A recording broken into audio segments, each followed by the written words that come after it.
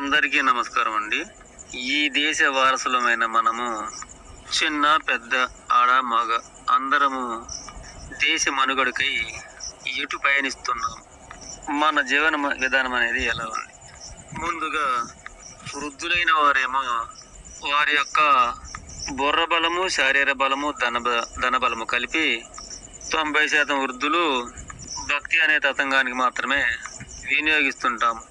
ఆత్మతోనేమో మంత్ర తంత్ర చింతన, శరీరంతోనేమో స్నానాలు, పూజలు, ఒక్క పొద్దులు, భజనలు, విగ్రహ సేవలు, ఇక ధనముతోనేమో యాత్రలు, హుండీలలో కట్న కానుకలు, మొక్కుల రూపాన వస్తువులు. ఇది పెద్దలైన వృద్ధులు చేసే పని. ఇక యువత విషయానికి వస్తే క్రికెట్లు, క్లబ్బులు, పబ్బులు. ఆ క్రికెట్లకు పెద్ద పెద్ద మైదానాలు సృష్టించి వేల లక్షల యువకులు ఇక వారి కండబలాన్ని, బుద్ధి బలాన్ని ఆడబంధించి ధనము కూడా టిక్కెట్లుగా పెట్టుకొని చూడడం. వృద్ధుల జీవన విధానమేమో అలా ఉంది, ఇక యువకుల జీవన విధానమేమో ఎలా ఉంది.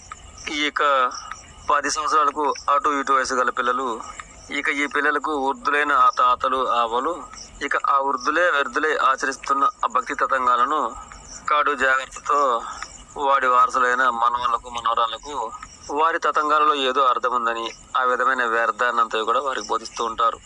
ఇది వృద్ధులు భావితరానికి అందించే భవిష్యత్తు. ఇక అలాగే యువకుల విషయానికి వస్తే కూడా, అంటే ఈ 25-30 ఏళ్ళు ఉన్నారే, వీరి సంతానమైన ఆ పిల్లలకు వారాడుతున్న క్రికెట్లు, మందులు, విందులు, సినిమాలు, షికార్లు, ఇదన్నమాట. ఈ విధంగా అటు తాతలు, అవ్వలు మూఢనమ్మకాలు. ఇక అలాగే ఇక పెద్దలేమో క్రికెట్లు, ఫోన్లు, టీవీలు, సినిమాలు.